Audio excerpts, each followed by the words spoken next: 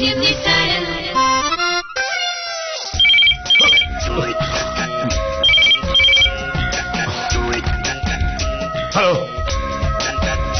ആണെങ്കിൽ ആ സാർ നമസ്കാരം സാർ. ഉവ്വ് ഞാനിന്നലെ അങ്ങോട്ട് വിളിക്കണമെന്ന് പറഞ്ഞിരിക്കായിരുന്നു. പക്ഷേ കളക്ടറേറ്റ് വിളിച്ചപ്പോ പുറത്തു പോയെന്ന് പറഞ്ഞു. മൊബൈൽ നമ്പർ എനിക്കറിയില്ല. പറഞ്ഞാൽ മതി സാർ. ഉവ്വ് ഞാൻ എഴുതിക്കോളാം. പറഞ്ഞു 9895133337. ശരി സാർ. കുഴപ്പമില്ല സാർ, ഞാൻ ഓഫീസിലെത്തിട്ട് വിളിച്ചോളാം. അല്ല, റിപ്പോർട്ട് പണി അതാണ് തീർന്നു കഴിഞ്ഞു. അത് ഞാനെഴുതി തീർത്തോളാം.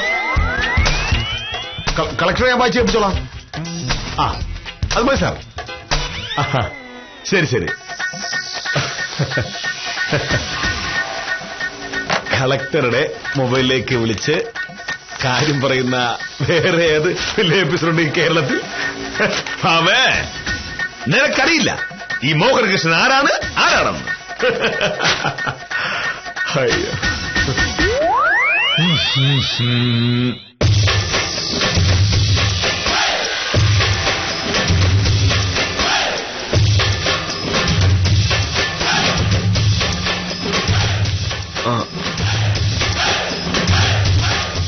ഈശ്വര, അവളുടെ ആർഗ്യുമെന്റ്. അയ്യോ, ഇനി ഇത് കണ്ട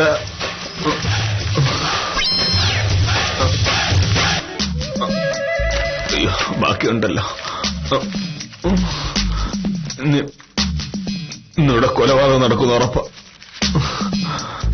ഇതിപ്പോ എവിടെ കൊണ്ട് കളയും? അയ്യോ, ഒരെണ്ണം പോലും ബാക്കി കിടക്കാൻ പാടില്ല. നമ്പർ ഇവിടെ ഉണ്ട്. ഞാനിത് വലിച്ചെറിഞ്ഞ ഉറപ്പായിട്ടും അവള് വിചാരിക്കും വാശിക്ക് ചെയ്താണെന്ന്. ഒരു കഷ്ണം കാണാൻ അവള് കണ്ട പിന്നെ ജീവിച്ചെന്നിട്ട് കാര്യമില്ല.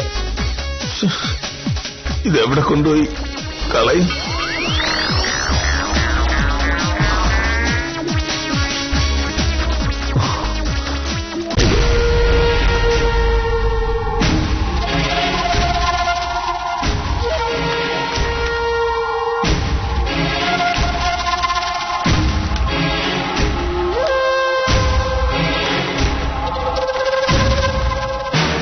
ഇതിനകത്തോട്ടെല്ലാം കയറ്റി വെച്ച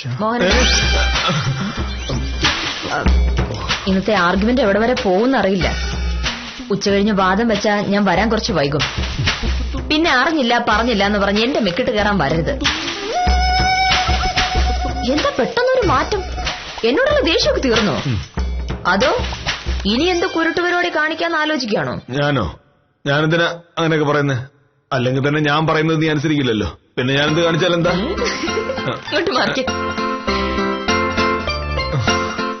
ഇതെന്താ ഇവിടെ കിടന്ന് ചുറ്റിത്തിരിയുന്നേ?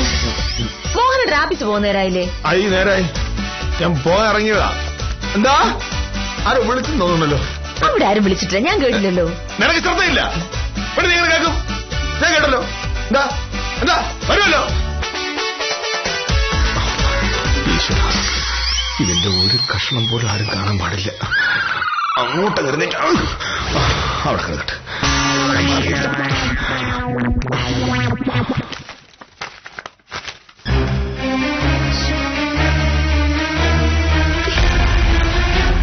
ഇതിന്റെ കൂടെ ഒരു പേജ് കൂടെ ഉണ്ടായിരുന്നല്ലോ, അതെവിടെ പോയി? ഞാൻ ഇന്നലെ കൃത്യമായിട്ട് എന്നെ വാങ്ങിയതാണല്ലോ. മോഹനേട്ടാ, ഇത് കണ്ടായിരുന്നോ? ഇതിന്റെ കൂടെ ഒരു പേജ് കൂടെ ഉണ്ടായിരുന്നു. മോഹനേട്ടാ അത് കണ്ടോന്ന്? ഞാനെങ്ങനെ കാണും? നിന്റെ ആർഗ്യുമെന്റ് നോട്ട് വെക്കേണ്ട കാര്യം ഇരിക്കുന്ന. പിന്നെ ഈശ്വര, പിന്നെ അതെവിടെ പോയി? എന്തായാലും ഇന്നലെ വരുമ്പോ അതുണ്ടായിരുന്നു. രാവിലെ ഞാൻ നോക്കിയപ്പോഴും അതെന്റെ കയ്യിലുണ്ടായിരുന്നു. എങ്കിൽ പിന്നെ ഇവിടെ എവിടെയെങ്കിലൊക്കെ കാണും. നീ പോയി നോക്കിയെടുത്തോ. ഒരു പേജ് മാത്രമായിട്ട് എവിടെ പോവാനാ? മോഹനേട്ട കണ്ടില്ലെന്ന് ഉറപ്പാണല്ലോ അല്ലേ? മലയാളത്തിലല്ലേ ഞാൻ പറഞ്ഞത്? കടയിൽ നോക്കിയെടുക്ക്. ഞാൻ കുളിക്കാൻ സമയമായി എനിക്ക്. അങ്ങനെ പറ്റില്ല. ആ പേപ്പർ കണ്ടുപിടിച്ച് എന്നിട്ട് കുളിച്ചാ മതി. എന്തിനീ ജമ്മത്ത് കുളിക്കൂല? അതായത് ഈ ജന്മത്ത് കുളിക്കാതെ ഞാൻ ഇതുവരെ ഓഫീസിൽ പോയിട്ടില്ലല്ലോ. എനിക്ക് കുളിക്കണം. നിന്റെ പേപ്പർ ഉണ്ടെങ്കിൽ നീ നോക്കിയെടുക്കണം. ആവശ്യം വരുമ്പോ സഹായിക്കല്ലേ, ഒന്ന് നോക്കാൻ കൂട് മോഹനേട്ടാ. ഞാൻ കൊണ്ടുവന്നോ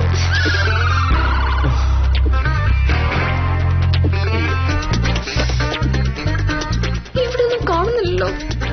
കിട്ടിയില്ലേ? കഴിഞ്ഞതിന്റെ ബാക്കി പേപ്പറിൽ മോഹനേട്ടാ. മോഹനേട്ടാ സത്യം പറ, ഞാനിവിടെ കൊണ്ടുവച്ചപ്പോ എല്ലാ പേപ്പറും ഉണ്ടായിരുന്നു. മോഹനേട്ടാ അതെടുത്തോ. ഞാൻ തിന്നോ? എനിക്കറിയില്ല. നിനക്ക് ഒരു സാധനം സൂക്ഷിക്കാനായിട്ട് ഞാൻ വേണം. പക്ഷെ മോഹനന്റെ മുഖത്തൊരു കള്ള ലക്ഷണമുണ്ട്. സത്യം പറ, അതെവിടെ? എനിക്ക് അറിയില്ലെന്ന് ഞാൻ പറഞ്ഞ നിനക്ക് മനസ്സിലാവില്ലേ? ഞാൻ കണ്ടില്ല. ഇതുവാ അങ്ങനത്തെ അമ്മയോ?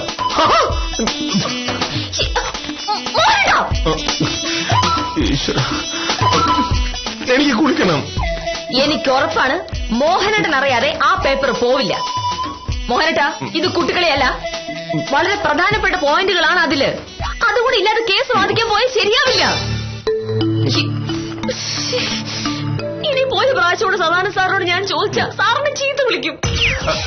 അല്ല, ഇതൊക്കെ നീ എന്നോട് പറഞ്ഞിട്ട് ഒരു കാര്യമില്ല. ഞാനത് കണ്ടില്ല കണ്ടില്ല കണ്ടില്ല കണ്ടില്ല. അല്ല, ഇതെന്നാ എനിക്കെന്തിനാത്? മോഹനേട്ടാ, ഇത് കുട്ടികളെല്ലാം ഞാൻ പറഞ്ഞു കേട്ടോ. ആ പേപ്പർ മോഹനേട്ടൻ എടുത്തിട്ടുണ്ടെങ്കിൽ അതൊക്കെ തിരിച്ചു തന്നേക്ക്. ഇല്ലെങ്കിൽ ഇത് ഉറപ്പായിട്ടും പ്രശ്നമാവും. എന്ത് പ്രശ്നം? എനിക്കറിയില്ല പറഞ്ഞില്ലേ? മോഹനേട്ടാ, എന്നോടുള്ള വാശി തീർക്കാൻ മോഹനേട്ടൻ അതെടുത്ത് മാറ്റിയിട്ടുണ്ടെങ്കിൽ ഉറപ്പായും എപ്പോഴെങ്കിലും ഞാനത് അറിയും. അങ്ങനെ വല്ലത് ഞാൻ അറിഞ്ഞാൽ പിന്നെ മോഹനേട്ടൻ കാണുന്നത് ഈ സത്യഭാമയെ ആയിരിക്കില്ല. ഞാൻ എടുത്തില്ല പറഞ്ഞ എടുത്തില്ല. ഇനിയിപ്പോ ഞാൻ എടുത്തു എന്ന് നീ തെളിയിച്ചാ നീ പറയ പോലെ ചെയ്തോളാം. പോരെ?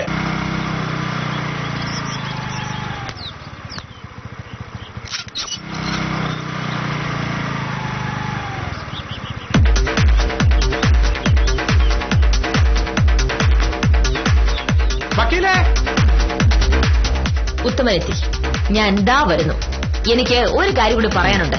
ഞാൻ വന്നിട്ട് കുളിക്കാൻ പോയാ മതി. നീ അങ്ങോട്ട് വരുന്നോ? ഉത്തമ ഇങ്ങോട്ട് വരുമല്ലോ. അതെന്തിനാണ് ഇങ്ങോട്ട് വരുന്നത്? അല്ല, ഉത്തമം വരുന്നവരെ നമുക്കിവിടെ ഈ പേപ്പർ നോക്കി കളിക്കാമല്ലോ.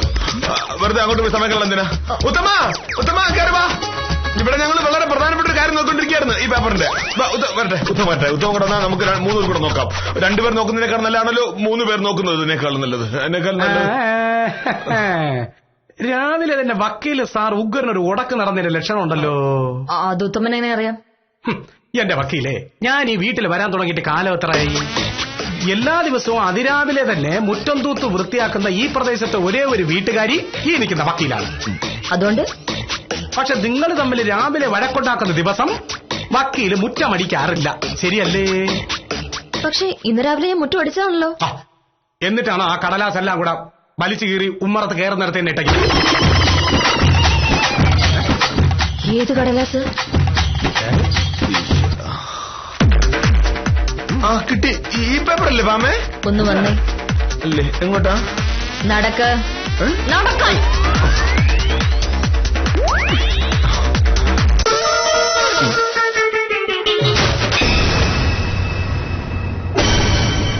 ഇനി ഇവിടെ നിന്നാ ശരിയാവില്ല.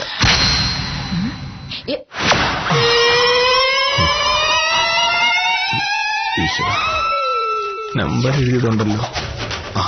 നമ്പറുണ്ട്.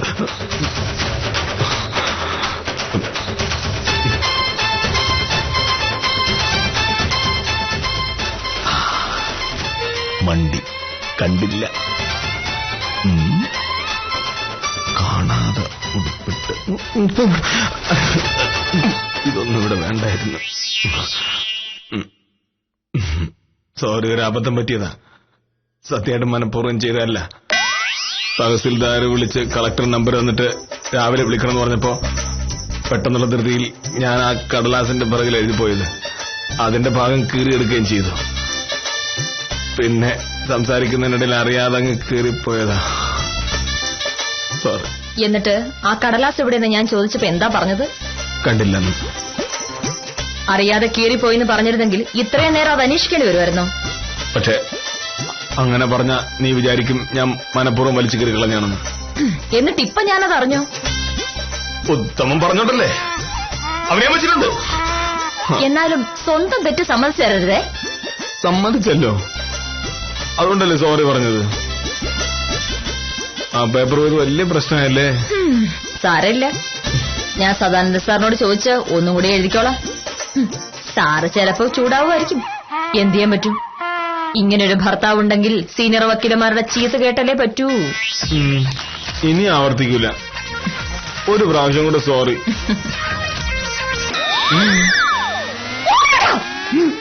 അയ്യോ, ആർഗ്യുമെന്റ്.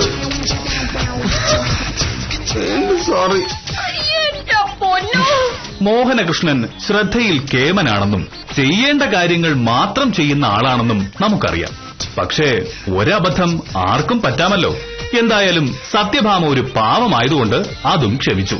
മോഹനകൃഷ്ണന്റെയും സത്യഭാമയുടെയും പുതിയ സാഹസത്തിന്റെ കഥയുമായി കാര്യനിസാരം നാളെ.